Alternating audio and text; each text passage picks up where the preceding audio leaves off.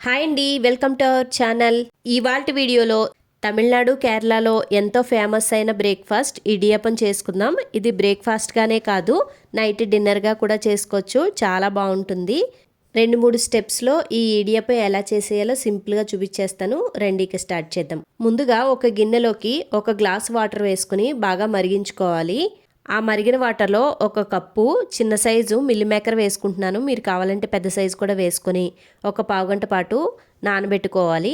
ఇప్పుడు కర్రీలోని గ్రేవీ కోసం 1 పచ్చి కొబ్బరికాయని తీసుకుని దాన్ని ముక్కలుగా కట్ చేసుకుని మిక్సీ జార్లో వేసుకోవాలి. అలాగే 1 స్పూను జీలకర్ర, అలాగే 1/2 గ్లాస్ వాటర్ వేసుకుని దీన్ని మెత్తగా పేస్ట్లా చేసుకోవాలి.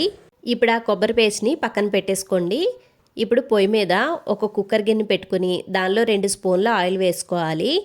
ఆయిల్ కొద్దిగా హీట్ అయిన తర్వాత 4 లవంగాలు, 4 యాలకులు, చిన్న దాల్చిన చెక్క, 2 బిర్యానీ ఆకు వేసుకుని వీటిని కొద్దిగా చిట్లనివ్వాలి. ఇవి కొద్దిగా వేగిన తర్వాత 1 పెద్ద ఉల్లిపాయని చిన్న ముక్కలుగా కట్ చేసుకుని అందులో కొంచెం ఉప్పు వేసుకుని ఉల్లిపాయ ముక్కల్ని బాగా మగ్గనివ్వాలి. ఉల్లిపాయ ముక్కలు కొద్దిగా కలర్ చేంజ్ అయ్యి ట్రాన్స్పరెంట్ కలర్లోకి వస్తే సరిపోతుంది. మరీ ఎక్కువగా వేయించాల్సిన అవసరం లేదు.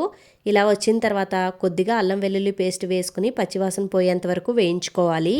ఇలాంటి సింపుల్ అండ్ ఈజియెస్ట్ వీడియోస్ మన ఛానల్లో చాలా ఉన్నాయండి. తప్పకుండా వెళ్ళి విజిట్ చేయండి. అల్లం వెల్లుల్లి పేస్ట్ బాగా వేగింది కదా. ఇప్పుడు దానిలో 2 పచ్చిమిరపకాయలని చిన్నగా కట్ చేసుకుని వేసుకోవాలి. అలాగే 1 కప్పు పీస్ వేసుకోవాలి, అదేనండి పచ్చి బఠానీ. 2 క్యారెట్లని చిన్న ముక్కలుగా కట్ చేసుకుని వేసుకోవాలి.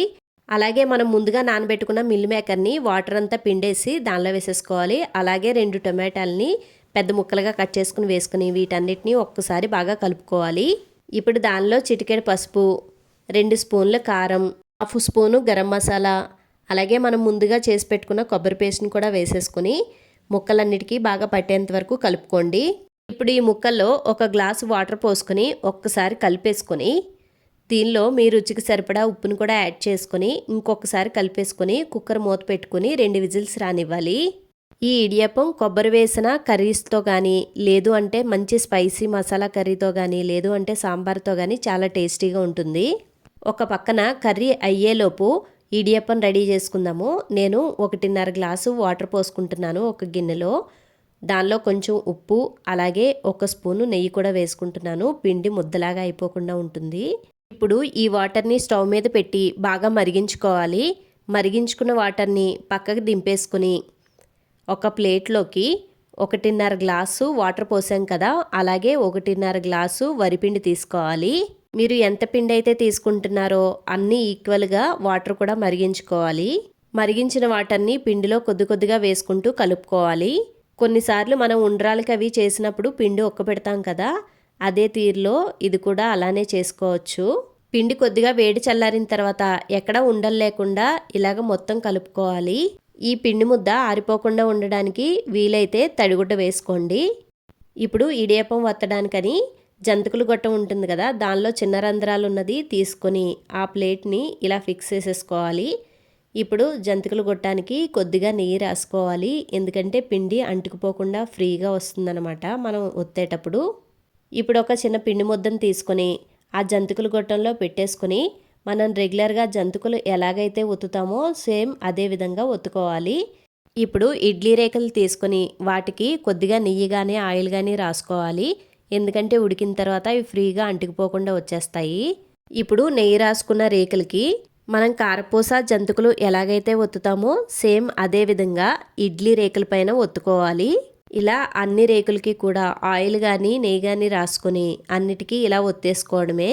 ఇప్పుడు ఇడ్లీ పాత్రలో 1 గ్లాసు వాటర్ పోసుకొని ఈ రేకులన్నిటినీ దానిలో పెట్టేసుకొని మూత పెట్టుకోవాలి.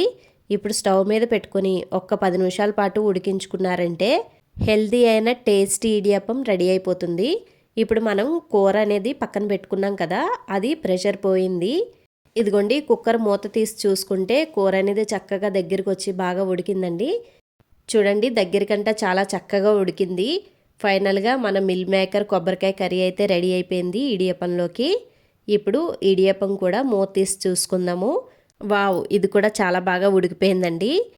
ఇప్పుడు మనం ఒక్కొక్కటిగా చేత్తో ఇలా తీసుకుంటే ఈజీగా వచ్చేస్తుందండి. స్పూన్ కానీ గరిటె కానీ ఏమీ అవసరం లేదు. ఎందుకంటే ఆయిల్ లేదంటే గీ రాసుకుంటాం కదా, సో అంటుకుపోకుండా వచ్చేస్తుంది అనమాట. చూడండి ఎంత సాఫ్ట్గా దూదుల్లా ఉన్నాయో. టేస్ట్ కూడా అంతే బాగుంటుంది. ఇక ప్లేట్లో పెట్టుకొని మన ఇడియప్పాన్ని అయితే టేస్ట్ చేసేద్దాము. చూస్తూ ఉంటే మీకు కూడా చాలా నోరు ఊరిపోతుంది కదా. టేస్ట్ కూడా అంతే బాగుంటుందండి. ఫైనల్గా మన ఇడియప్పం మిల్ మేకర్ కర్రీ అయితే రెడీ అయిపోయింది. ఇక హ్యాపీగా సర్వ్ చేసుకోవడమే. ఇలాంటి సింపుల్ అండ్ ఈజియెస్ట్ వీడియోస్ కోసం మన ఛానల్ని సబ్స్క్రైబ్ చేసుకొని బెల్ ఐకాన్ నొక్కండి. ఈ వీడియో కనుక నచ్చినట్లయితే లైక్ చేయడం అస్సలు మర్చిపోవద్దండి. Thanks for watching. టాటా.